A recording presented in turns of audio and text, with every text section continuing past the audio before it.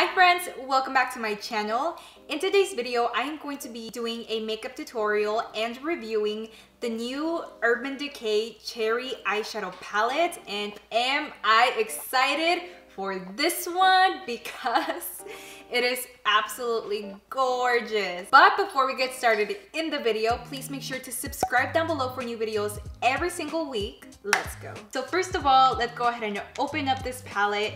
And the box looks like this. It has all of these little cherries, and I think they kind of coordinate with each shade that is in the palette, which I think it's super cute. And when you open it, let's see. Ooh, oh my god.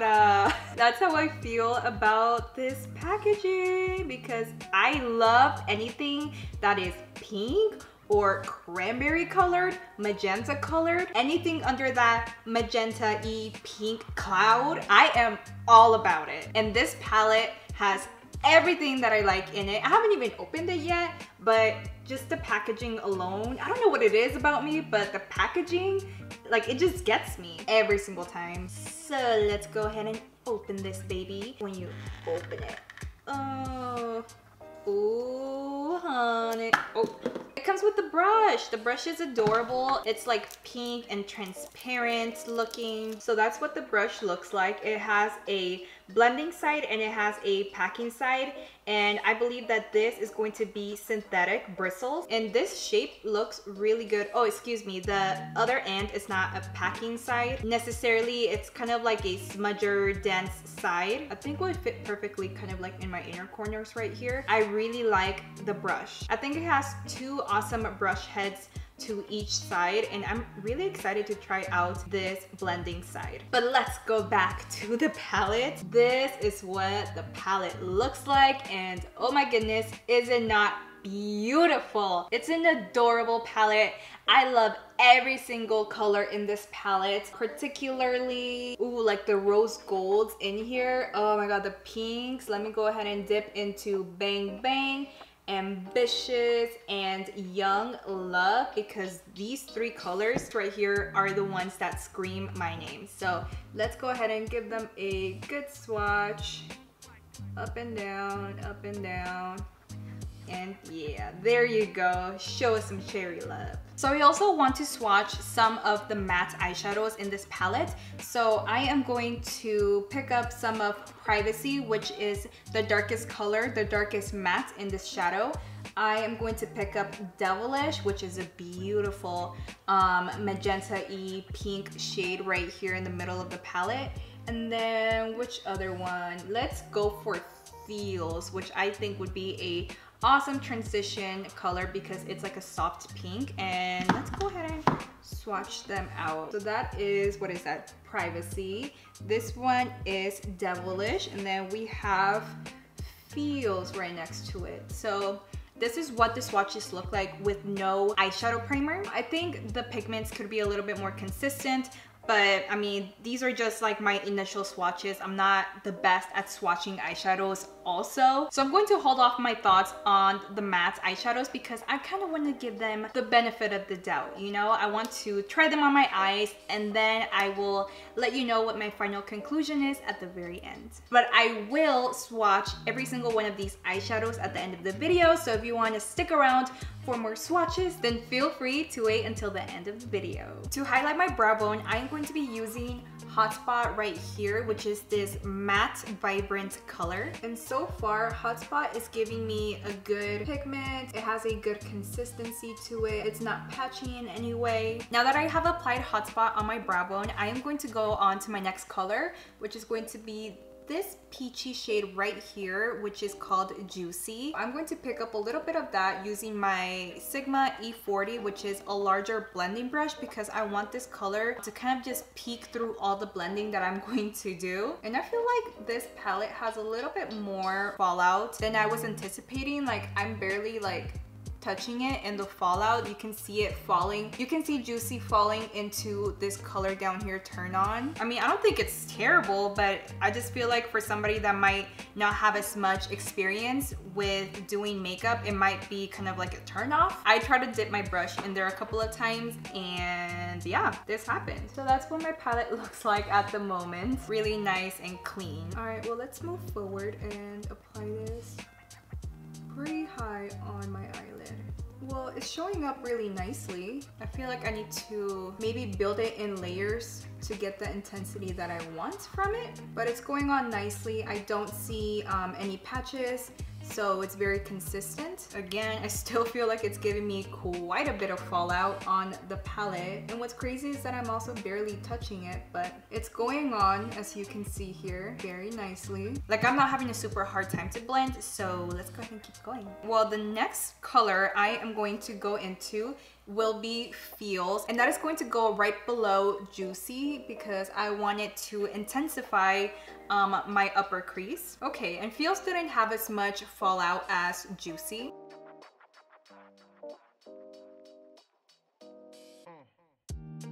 Awesome, so now that that's done, I am going to go on to my next color, which is Bing. It will be this very vibrant color right here in the middle of the palette, and I think that that's just gonna go right below Feels. No! Okay, well, translucent powder always solves everything. Maybe I can go in with a denser brush so it doesn't just go everywhere. I am going to switch over to my Sigma Diffused Crease Brush E38, which is just a little bit slimmer and more dense. So I think this brush will do a little bit of a better job at packing down this color. So let's start the application really low on the eyelid.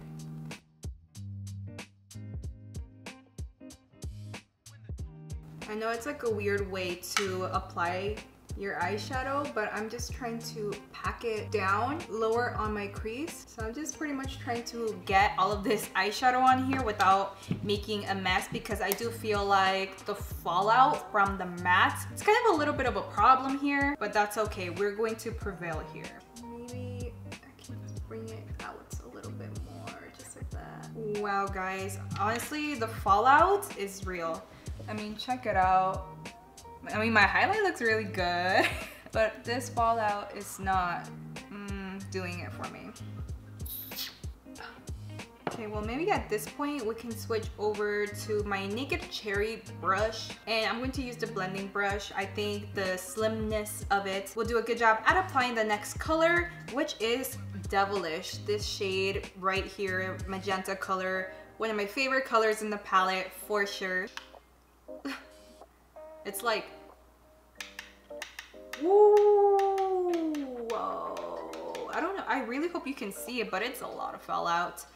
A lot of fallout. So if you get this palette for Christmas, whether someone gifts this to you or you gift it to yourself, I think the best way to apply this would be to apply this eyeshadow in thin layers and then just kind of building the intensity. So because the pigment is buildable, but if you try to just, you know, go in with the amount of product you're used to, then you might have a lot of fallout on your hands, my friends. Maybe I can bring some of this Devilish down on my bottom lash line, get the bottom lash line started. Well, the brush is A1. It is phenomenal. It's doing a really great job at applying this shadow, and I'm not getting that much fallout using this brush. So I think that the trick here is going to be to use synthetic brushes as opposed to like the real hair brushes, kind of like these very fluffy brushes, like the fallout goes like this.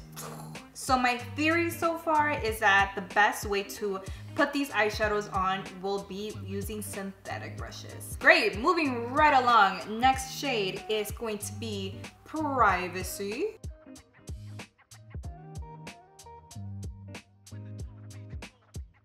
That is so weird. I'm trying to like pack it down. It's not going on evenly. I feel like it's a bit patchy. You see what I mean there? In that little area. I'm picking up more privacy, and then I'm just trying to disperse this color evenly, and I think it's going on a little bit patchy, which is crazy because I use the same eyeshadow base all over my eye. It's just weird that it's like in this one spot that is not working, and then I have to wipe away the fallout one more time. So it's been about like 30 minutes and I went ahead and finished my other eye, and I also did a half cut crease. And to finish the eye look, I'm going to go into this really pretty shimmer called Turn On, which is right here. It's like the really pretty champagne-y color in the palette, and I think I'm going to apply that on the inner half of my eyelid.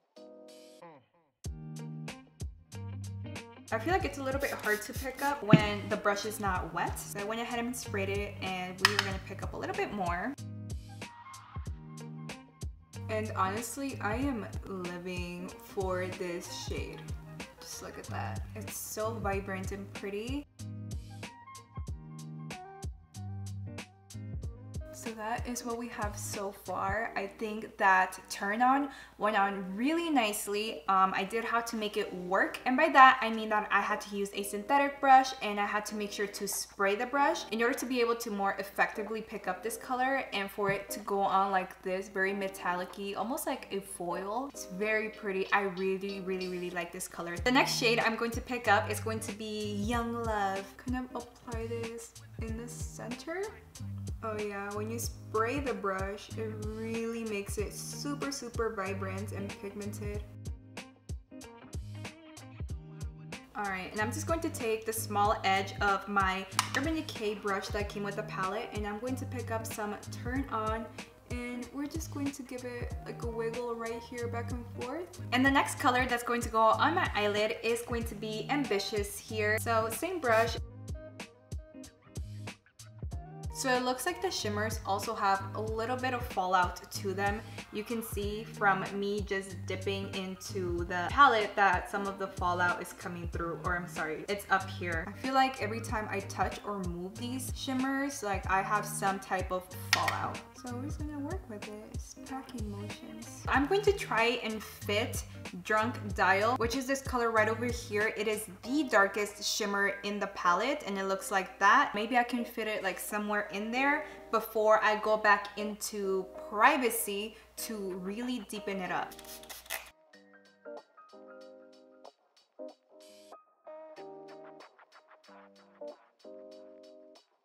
I feel like the brush took away, so let me really dampen up this brush and get like a good layer of Drunk Dial on here. I don't know if you guys noticed, but this is actually quite a bit of work. It was definitely a lot more work than I had anticipated in terms of blending, but I'm just kind of like going along with it, and I'm trying my absolute best, but I still find it to be pretty challenging. So to finalize the eyeshadow, I'm going to go back into Privacy, and I'm going to use the same short stubby end of the brush that came with the palette, and I'm just going to really pack it down here so the V of the eye is the most smoky part of my eye look.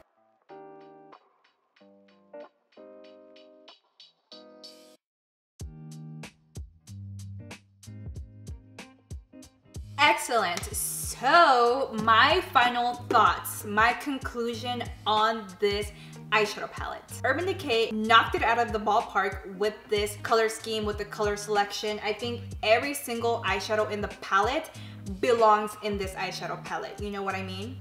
And that brings us to my next point. The fallout is like for real, for real. The matte shadows had so much fallout. Even when I was just barely touching them with my brush, I would still have that pigment just kind of swirl all over my eyeshadow palette. And this is a new eyeshadow palette, and I mean, it's already pretty dirty. I didn't really go crazy. I feel like the matte eyeshadows in this palette could have been a lot creamier. I do feel like they were a little bit more on the chalky side, but not in a terrible way.